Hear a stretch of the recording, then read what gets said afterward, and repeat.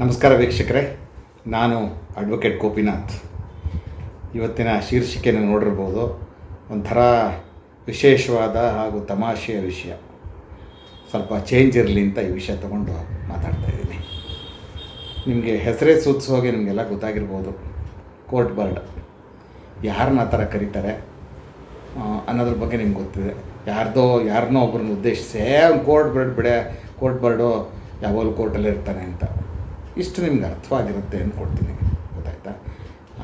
ಸ್ವಲ್ಪ ನನ್ನ ಅನುಭವದಲ್ಲಿ ಇವ್ರು ಯಾರು, ಇವ್ರ ಹಿನ್ನೆಲೆ ಏನು, ಯಾಕೆ ಹೀಗೆ ಮಾಡ್ತಾರೆ ಇತ್ಯಾದಿಗಳನ್ನು ನಾನು ನಿಮಗೆ ಹೇಳ್ತೀನಿ. ಈಗ ಕೋರ್ಟ್ ಅಂದಮೇಲೆ ನಿಮಗೆ ಕಲ್ಪನೆ ಬರೋದೇನೆಂದರೆ, ಮೊದಲನೇದಾಗಿ ಲಾಯರ್ಗಳು, ಜಡ್ಜ್ಗಳು, ಕೋರ್ಟ್ ಸ್ಟಾಫು, ಮತ್ತು ಲಾಯರ್ಗಳಿಗೆ ಸೇವೆ ಸಲ್ತಕ್ಕಂಥ ಜೆರಾಕ್ಸ್ ಶಾಪ್ ಇರ್ಬೋದು, ಟೈಪಿಂಗ್ ಇರ್ಬೋದು, ಕಂಪ್ಯೂಟರ್ ಇರ್ಬೋದು. ಗೊತ್ತಾಯ್ತಾ? ಇವರು ಬಿಟ್ಟರೆ ಅವತ್ತಿನ ಕೇಸಿಗೆ ಬರುವಂಥ ಸಾಕ್ಷಿದಾರರು ಮತ್ತು ಕೇಸಿನ ಪಾರ್ಟಿಗಳು, ಅಥವಾ ಕೆಲವರು ಅಂಥವ್ರ ಜೊತೆಗೆ ಸಂಬಂಧಿಕರೋ ಸ್ನೇಹಿತರೋ ಬರ್ಬೋದು ಅಷ್ಟೇ. ಅದು ಬಿಟ್ಟರೆ ಬಾಕಿ ಯಾರೂ ಬರಲ್ಲ ಕೋರ್ಟಿಗೆ ಸಾಮಾನ್ಯ. ಈಗ ನಾನು ಹೇಳೋಕ್ಕೆ ಹೊರಟಿರೋದು ಇವ್ರು ಯಾರೂ ಅಲ್ಲ. ಇವರು ಈ ಯಾವ ಪಂಗಡಕ್ಕೂ ಸೇರಿದ ಮೂರನೇ ವ್ಯಕ್ತಿಗಳಿವರು. ಇವರಲ್ಲಿ ನಾನು ಎರಡು ಬಗೆ ಮಾಡ್ತೀನಿ. ಅವರು ಸಾಮಾನ್ಯವಾಗಿ ಮಧ್ಯಮ ವರ್ಗ, ಕೆಳ ಮಧ್ಯಮ ವರ್ಗದ ಬಂದಿರ್ತಾರೆ ಹಿನ್ನೆಲೆಯಿಂದ. ಆಯಿತಾ?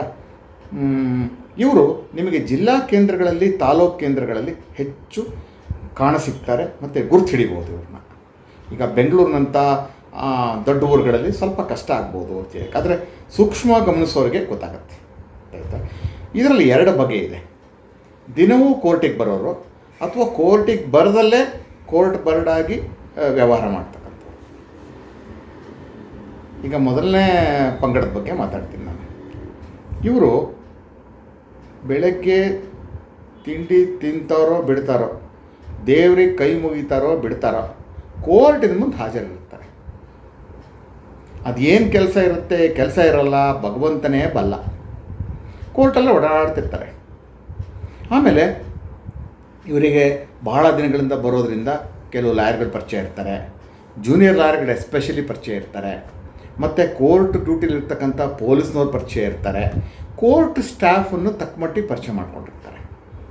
ಆಮೇಲೆ ಇವರು ತಮ್ಮದೇ ಆದ ಕೆಲವು ಕೇಸ್ಗಳನ್ನು ಹಾಕ್ಕೊಂಡಿರ್ತಾರೆ. ಗೊತ್ತಾಯ್ತಾ?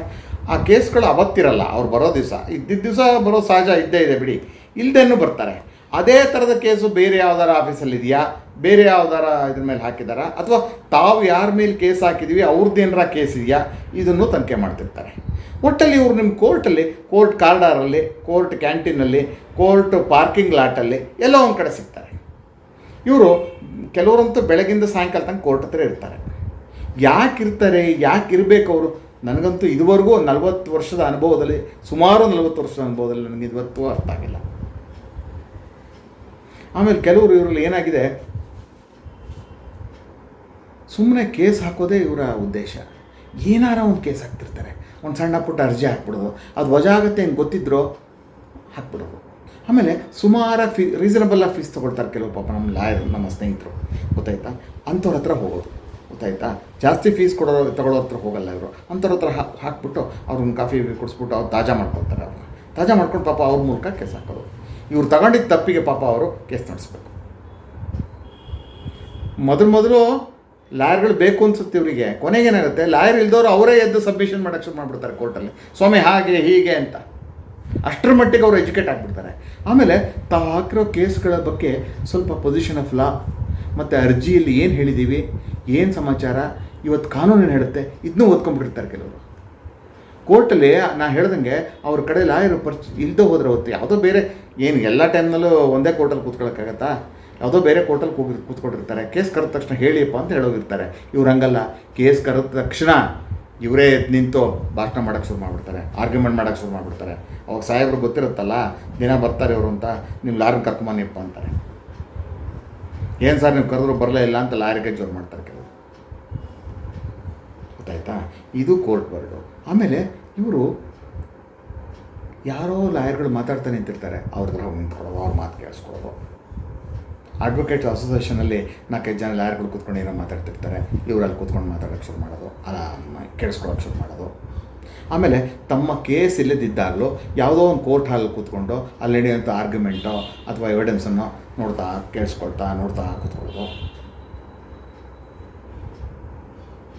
ಇದನ್ನೆಲ್ಲ ಮಾಡ್ತಾರೆ ಅವರು. ಅಬ್ಸರ್ವೇಷನ್ನು ಮಾಡ್ತಾರೆ. ಆದರೆ ಅವ್ರಿಗೆ ಏನಾಗಿರುತ್ತೆ ಅಂದರೆ ಅವ್ರಿಗೆ ಕೋರ್ಟ್ ಬಿಟ್ಟು ಬೇರೆ ಜಗತ್ತಿಲ್ಲ. ಈಗ ನಮಗೆಲ್ಲ ಕೆಲವರು we are addicted to many things ಲೈಫಲ್ಲಿ, ಗೊತ್ತಾಯ್ತಾ? ಈ laptop, computer, mobile phone especially, ಹೌದಾ? ಇವರು ಅಡಿಕ್ಟೆಡ್ ಟು ಕೋರ್ಟ್ಸ್. ಲಾಯರ್ಗಳಿಗೆ ವೃತ್ತಿ, ಸ್ಟಾಫಿಗೆ ವೃತ್ತಿ, ಅಥವಾ ಅವರೆಲ್ಲ ಹೋಗೋದಿದ್ದೇ ಇದೆ ಅಲ್ಲಿ. ಇವರಿಗೇನು ವೃತ್ತಿನೂ ಅಲ್ಲ, ಏನೂ ಅಲ್ಲ.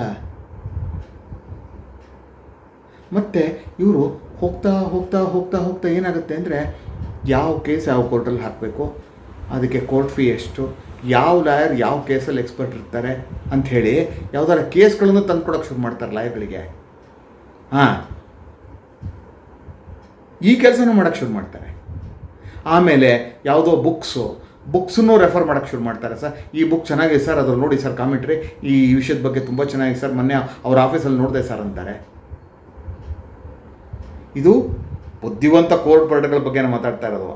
ಇನ್ನು ಕೆಲವರು ಸುಮ್ಮನೆ ಬರೋದು ಹೋಗೋದು, ಆಮೇಲೆ ಬೆಳಗಿನ ಸಾಯಂಕಾಲ ತನಕ ಒಂದೇ ಕಡೆ ಕೂತಿರ್ತಾರೆ, ಒಂದೇ ಸ್ಥಳದಲ್ಲಿರ್ತಾರೆ, ಒಂದೇ ಕ್ಯಾಂಟೀನ್ ಕಾಫಿ ಕುಡಿತಿರ್ತಾರೆ, ಸಿಗರೇಟ್ ಸೇರ್ತಿರ್ತಾರೆ, ಬೀಡಿ ಸೇರ್ತಿರ್ತಾರೆ, ಅಲ್ಲೇ ಮಾತಾಡ್ತಿರ್ತಾರೆ. ಇವ್ರಿಗೆ ಹೊತ್ತು ಹೋಗೋದು ಕೋರ್ಟಲ್ಲೇ. ಕೋರ್ಟಿಗೆ ಒಂದು ದಿನ ಇವ್ರು ಬರೆದೋ ಹೋದರೆ ತಿಂದಿದ್ದು ಕರಗಲ್ಲ, ಅರ್ಥ ಮಾಡ್ಕೊಳ್ಳಿ. ಅಷ್ಟರ ಮಟ್ಟಿಗೆ ಇವರು ಕೋರ್ಟಿನ ಮೇಲೆ ಡಿಪೆಂಡ್ ಆಗುತ್ತೆ. ನಾನು ಭಾಳ ಜನ ಅಬ್ಸರ್ವ್ ಮಾಡ್ತಿದ್ದೀನಿ. ಎಸ್ಪೆಷಲಿ ಇದು ತಾಲೂಕ್ ಹೆಡ್ ಕ್ವಾರ್ಟರ್ಸಲ್ಲಿ, ಡಿಸ್ಟ್ರಿಕ್ಟ್ ಹೆಡ್ ಕ್ವಾರ್ಟರ್ಸಲ್ಲಿ ಪ್ರತಿಯೊಬ್ಬ ಲಾಯರ್ಗೂ ಗೊತ್ತಿರುತ್ತೆ ಇವ್ರು ಯಾರು, ಇವ್ರೇನು ಸಮಾಚಾರ. ಅವ್ರು ಸ್ವಲ್ಪ ದಿವಸ ಬರ್ತಾರೆ, ರಾಮಪ್ಪ ಎಲ್ರಿ ಕಾಣ್ತಾ ಇಲ್ಲ, ಬರ್ತಾ ಇಲ್ಲಲ್ರಿ, ಆ ಕೃಷ್ಣಮೂರ್ತಿ ಎಲ್ರಿ ಕಾಣ್ತಾ ಇಲ್ಲ ತುಂಬ ದಿನ.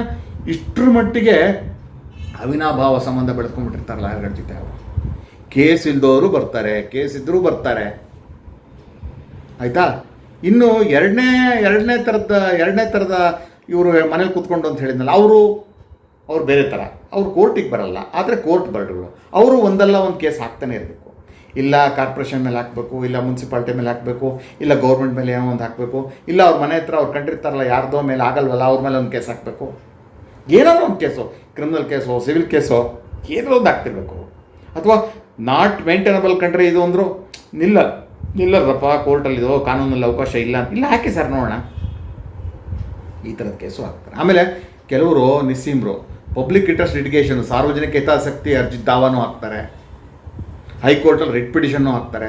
ಭಾಳಷ್ಟು ಸಲ ಹೈಕೋರ್ಟಲ್ಲಿ ನೀವು ನೋಡಿರ್ಬೋದು, ಇಂಥ ಅರ್ಜಿದಾರನ್ನ ಕೋರ್ಟ್ನವ್ರು ಬೈದು ಇವರೇನು ಬೇರೆ ಕೆಲಸ ಇಲ್ವಾ, ಈ ಥರದ್ದೆಲ್ಲ ಅರ್ಜಿಗಳು ಹಾಕೊಂಡು ಕೋರ್ಟಿನ ಮುಂದೆ ಬರ್ತಾರೆ. ಕೋರ್ಟ್ ಬರ್ಡ್ ಇವನು ಅಂತೇಳಿ ಜಡ್ಜ್ಮೆಂಟಲ್ಲಿ ಬರೆದಿದ್ದಾರೆ, ಸುಪ್ರೀಂ ಕೋರ್ಟಲ್ಲಿ ಬರೆದಿದ್ದಾರೆ, ಹೈಕೋರ್ಟಲ್ಲಿ ಬರೆದಿದ್ದಾರೆ. ಬೇಕಾದ ಜಡ್ಜ್ಮೆಂಟಲ್ಲಿ ಕೋರ್ಟ್ ಬರ್ಡ್ಸ್ ಅಂತ ಅವ್ರು ಮೆನ್ಷನ್ ಮಾಡಿದ್ದಾರೆ. ಕೆಲವ್ರನ್ನ ಅವ್ರ ಮೇಲೆ ದಂಡ ಹಾಕ್ತಾರೆ. 25,000 ಹಿಡಿದು 5 ಲಕ್ಷ ತನಕ ದಂಡ ಹಾಕಿರೋದು ಉಂಟು. ಇಷ್ಟಾದರೂ ಇವರು ಜಗ್ಗದೆ ಕುಗ್ಗದೆ ತಮ್ಮ ಕೆಲಸ ತಾವು ಮಾಡ್ಕೊಳ್ತಾರೆ. ಆ ಮನೇಲಿ ಕೂತ್ಕೊಂಡು ಹಾಕ್ತಾರೆ ಅಂದಲ್ಲ, ಅವರು ಇದೇ ಕೆಲಸ ಮಾಡೋದು, ಸೇಮ್ ಕೆಲಸ, ಬೇರೆ ಇನ್ನೇನೂ ಇಲ್ಲ. ಕೇಸ್ ಹಾಕ್ತಾನೆ ಇರೋದು ಒಬ್ಬರ ಮೇಲೆ ಒಬ್ಬರು. ಆಗದೇ ಇದ್ದವ್ರ ಮೇಲಂತೂ ಮೊದಲು ಹಾಕ್ತಾರೆ.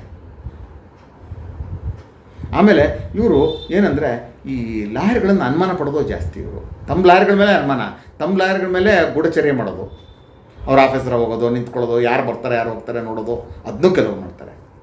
ತಮ್ಮ ಎದುರುಗಡೆ ಪಾರ್ಟಿ ಏನಾರು ನಮ್ಮ ಲಾಯರ್ನ ಕಂಡುಬಿಡ್ತಾನ, ಬಂದು ಭೇಟಿ ಆಗ್ತಾನ, ಈ ಥರದ್ದೆಲ್ಲ ಅನುಮಾನಗಳು ಇಟ್ಕೊಂಡಿರ್ತಾರೆ. ಈ ಥರದ ಕೋರ್ಟ್ ಬರ್ಡ್ಗಳಿವು. ಇವು ಹಾರಾಡದ ಜಾಗವಿಲ್ಲ. ಕೋರ್ಟ್ ಒಳಗೂ ಹಾರಾಡ್ತವೆ, ಕೋರ್ಟ್ ಕಾರಿಡಾರಲ್ಲಿ ಓಡಾಡ್ತವೆ, ಕೋರ್ಟ್ ಕ್ಯಾಂಟೀನು, ನಮ್ಮ ಸೊಸೈಟಿ, ಅಡ್ವೊಕೇಟ್ ಅಸೋಸಿಯೇಷನ್ನು ಎಲ್ಲ ಕಡೆ ಹಾರಾಡ್ತವೆ. ಮತ್ತು ಕೋರ್ಟ್ ಲಾಯರ್ ಆಫೀಸ್ ಮುಂದೆನೂ ಹಾರಾಡ್ತಿರ್ತವೆ. ಇವರಿಗೆ ಕೋರ್ಟ್ ಬರ್ಡ್ ಅನ್ನೋ ಹೆಸರು ಕೊಟ್ಟಿರ್ತಕ್ಕಂಥದ್ದು ಬಹಳ ಸೂಕ್ತ ಮತ್ತು ಸಹಜವಾಗಿದೆ ಅಂತ ಅನ್ಕೊಳ್ತೀನಿ. ಇದು ನಾನು ಭಾಳಷ್ಟು ಬೇಕಾದಷ್ಟು ರಾಜ್ಯಗಳಲ್ಲಿ, ಬೇಕಾದಷ್ಟು ಊರುಗಳಲ್ಲಿ, ನಮ್ಮ ರಾಜ್ಯದಲ್ಲಿ ನೋಡಿದ್ದೀನಿ, ಎಲ್ಲ ಕಡೆ ಇರ್ತವೆ. ಆಯಿತಾ? ಆಮೇಲೆ ಒಂದು ದಿನ ಬರೆದು ಹೋದ್ರೆ ಇವರಿಗೆ ಏನೋ ಚಡ್ಪಡಿಕೆ, ಮಾರನೇ ದಿವಸ ಬಂದುಬಿಡ್ಬೇಕು. ರಜಾ ಬಂದರೂ ಅಷ್ಟೇ ಚಡ್ಪಡಿಕೆ ಇವರಿಗೆ, ಗೊತ್ತಾಯ್ತಾ? ಎಲ್ಲಿ ಸರ್ ಮೊನ್ನೆ ಕಾಣಲೇ ಇಲ್ಲ ಅಂತ ಲಾಯರಿಗೆ ಕೇಳಿ, ಲಾಯರ್ ಪಾಪ ಎಲ್ಲೋ ಹುಷಾರಿಲ್ಲ ಅಂತನೋ, ಮದುವೆ ಮುಂಜಿ ಅಂತನೋ ಲಾಯರಿಗೆ ಬರ್ದವ್ರೆ. ಸರ್ ಎಲ್ಲಿ ಹೋದ್ವಾರ ಕಾಣಲೇ ಇಲ್ಲ ನೀವು, ಲಾಯರಿಗೆ ಮಾತಾಡಿಸ್ತಾರೆ ಈ ಥರ. ಯಾಕೆ ಹಾಕಿ ನನ್ನ ಮಾತುಗಳು ನಿಮ್ಗೆ ಅರ್ಥ ಆಗಿರಬೇಕು. ಎಷ್ಟರ ಮಟ್ಟಿಗೆ ಇವರು ಕೋರ್ಟಿಗೆ ಅಟ್ಯಾಚ್ ಆಗಿರ್ತಾರೆ, ಕೋರ್ಟಿನ ವಿದ್ಯಮಾನಗಳು ಎಷ್ಟರ ಮಟ್ಟಿಗೆ ತಿಳ್ಕೊಂಡಿರ್ತಾರೆ ಅನ್ನೋದು ತಿಳ್ಕೊಳ್ಳಿ. ಇದು ನನ್ನ ಅನುಭವಕ್ಕೆ ಬಂದಿರತಕ್ಕಂಥದ್ದು. ಇನ್ನು ನಮ್ಮ ಬೇರೆ ಬೇರೆ ಅಡ್ವೊಕೇಟ್ಸ್ಗಳಿಗೆ ಏನೇನು ಅನುಭವ ಬಂದಿದೆಯೋ, ಇನ್ನೇನೇನು ಕೆಲಸಗಳನ್ನು ಇವ್ರು ಮಾಡ್ತಾರೋ ನಂಗೆ ಗೊತ್ತಿಲ್ಲ, ಅವರವರೇ ಹೇಳಬೇಕು. ಇದು ನನ್ನ ಅನುಭವದಲ್ಲಿ ನಾನು ಹೇಳ್ತಾ ಇರ್ತಕ್ಕಂಥ. ಇದಕ್ಕೆ ನಿರ್ದಿಷ್ಟವಾದ ಡೆಫಿನಿಷನ್ ಇಲ್ಲ, ಇಂಥವರೇ ಕೋರ್ಟ್ ಬರ್ಡು ಅಂತೆಲ್ಲೂ ಇಲ್ಲ. ಆಯಿತಾ? ನಾವು ಕಂಡ ಹಾಗೆ ನಮ್ಮ ಅನುಭವದಲ್ಲಿ ನಾನು ಹೇಳ್ತಾ ಇದ್ದೀನಿ. ನನ್ನ ಪ್ರಕಾರ ಇವರೇ ಕೋರ್ಟ್ ಬರ್ಡುಗಳು. ಕೆಲವರು ಕೋರ್ಟಿಗೆ ಬರ್ತಾರೆ, ಕೆಲವರು ಕೋರ್ಟಿಗೆ ಬರಲ್ಲ. ಕೋರ್ಟ್ ಹತ್ರ ಸುಳಿಯೋರು, ಕೋರ್ಟ್ ಹತ್ರ ಓಡಾಡೋರೇ ಜಾಸ್ತಿ ಇವರಲ್ಲಿ ಬಹುಸಂಖ್ಯಾತರು. ಗೊತ್ತಾಯ್ತಾ? ಬಹಳ ಕಮ್ಮಿ ಸಂಖ್ಯೆಯ ಜನ ಮನೇಲಿ ಕೂತಿರ್ತಾರೆ. ಇವರಿಗೆ ಸಿವಿಲ್ಲು ಕ್ರಿಮಿನಲ್ಲು ಏನು ಭೇದ ಭಾವ ಇಲ್ಲ. ಕೆಲವರು ಲೇಬರ್ ಕೇಸು ಹಾಕ್ಬಿಡ್ತಾರೆ, ಏನೋ ಒಂದು ಹಾಕಕ್ಕೇನ. ಕೋರ್ಟ್ ಲಾಯರ್ಗಳಿಗೆ ಬುದ್ಧಿ ಹೇಳಕ್ಕೆ ಬರ್ತಾರೆ. ಸರ್ ಮೆಂಟಲ್ ಬಂತ ಕೋರ್ಟ್ ಹೇಳಿ ಬಿಡಿ ಸರ್, ನಾವ್ಯಾಕೆ ಹೇಳೋಣ ಅಂತಾರೆ. ಏನು ಹೇಳೋದು? ಲಾಯರ್ಗೆ ಹೇಳಿದ್ರು ಇವ್ರಿಗೆ ಅರ್ಥವಾಗಲ್ಲ. ಕೋರ್ಟ್ ಹೇಳಿ ಬಿಡಿ ಸರ್ ಅಂತ ಅಂದರೆ ಲೆಕ್ಕ ಹಾಕಿ ಯಾವ ಮಟ್ಟದ ಒಂದು ಕಾನೂನು ಬಗ್ಗೆ ಇವರಿಗೆ ಒಂದು ಅಭಿಪ್ರಾಯ ಇದೆ ಅಥವಾ ಗೌರವ ಇದೆ ಅಂತ ತಿಳ್ಕೊಳ್ಳಿ. ಇದು ಕೋರ್ಟ್ ಬರ್ಡ್ಗಳ ಚಲನವಲನ, ಚಟುವಟಿಕೆ ಮತ್ತು ಅವರ ಕಾರ್ಯವೈಖರಿ, ಅವರ ಕಾರ್ಯವಿಧಾನ ಇತ್ಯಾದಿಗಳು. ಇದನ್ನು ನಾನು ಮೊದಲೇ ಹೇಳಿದಾಗೆ ವರ್ಷಗಟ್ಟಲೆ ಅಬ್ಸರ್ವ್ ಮಾಡಿ ನೋಡಿ ನಿಮ್ಮ ಮುಂದೆ ಮಾತುಗಳನ್ನು ಹೇಳ್ತಾ ಇದ್ದೀನಿ. ನನ್ನ ಅನುಭವದ ಮಾತುಗಳು. ನಾನು ಹೆಚ್ಚು ನಿಮ್ಮ ಸಮಯ ತೊಗೊಳಕ್ಕೆ ಇಷ್ಟಪಡೋದಿಲ್ಲ.